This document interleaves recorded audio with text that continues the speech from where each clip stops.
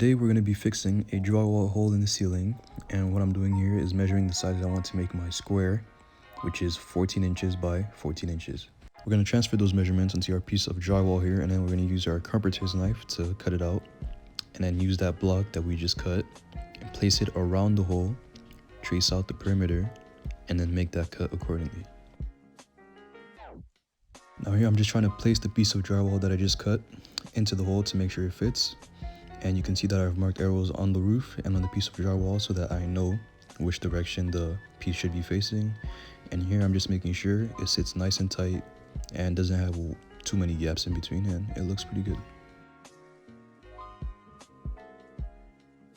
Now that I know my piece fits, what I'm going to do is examine the areas surrounding in the roof. See, here we have a bit of electrical stuff because there's a lamp right to my right.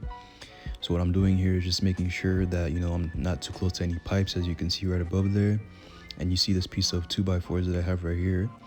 I'm going to use those as one of the drilling points, and I'm going to measure across to find out where exactly I'm going to place the other blockings that are going to go around the sides of these 2x4s. You might want to check for small pieces of debris, as you can see up here, just pipe insulation, blown insulation. Make sure all that is clear so that when you lay your blocks, they lay completely flush with the top of the ceiling.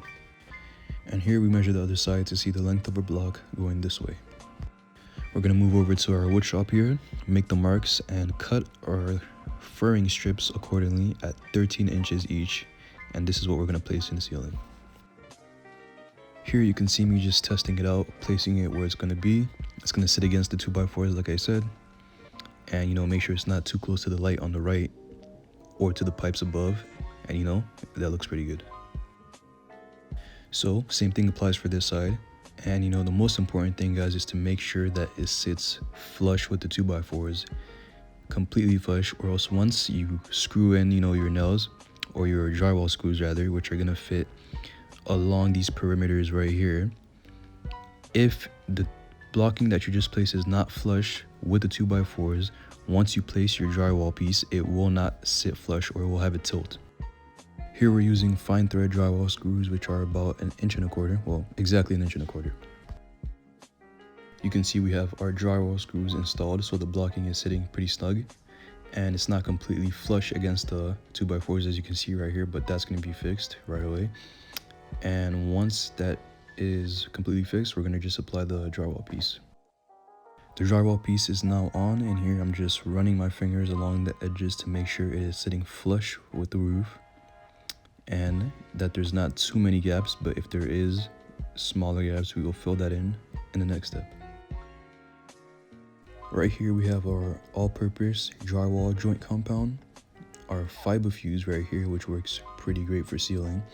And for the most part, you will need to add water to the joint compound, but this batch that I got here, the consistency is actually pretty good, not too thick.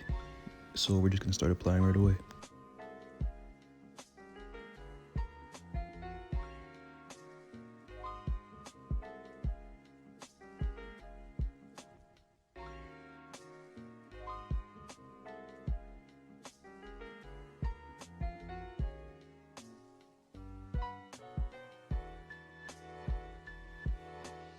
This is what the fiber fuse looks like once applied.